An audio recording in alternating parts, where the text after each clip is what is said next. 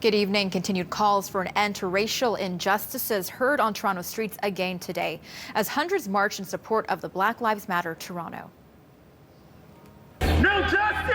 No peace! No racist! No peace! The march began at Ryerson University. Pink paint, among other messages, stamped on statues of Egerton Ryerson, the school's namesake. Statues of Canada's first Prime Minister, John A. Macdonald, and King Edward VII at Queen's Park, given the same treatment with paint splattered on them. This statue is another example of a racist statue that was actually taken down in Europe and instead installed here. It didn't belong there and it doesn't belong here. I believe that we will win. Demonstrators say all of these effigies are monuments representing slavery, colonialism, and violence. Multiple arrests were made during the protests. Police say they detained at least 3 suspects in a white van, allegedly carrying paint and accessories used in the march.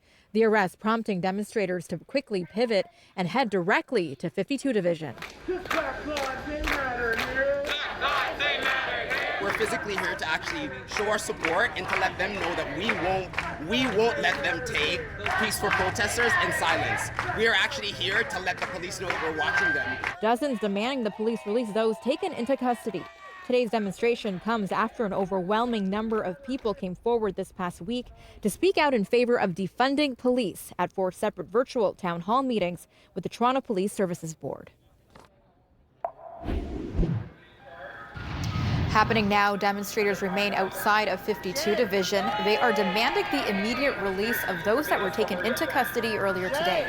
Now, this is a live look at the peaceful protests. Black Lives Matter Toronto has called on the public for support by joining them outside of the division. Stick with City News and citynews.ca for the latest on this developing story. Well, moments ago, Toronto Police released a statement on what happened today, confirming 3 people were arrested.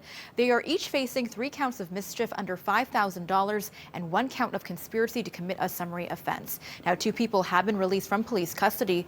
Investigators say 1 person will be held and will appear before a justice tomorrow at Old City Hall.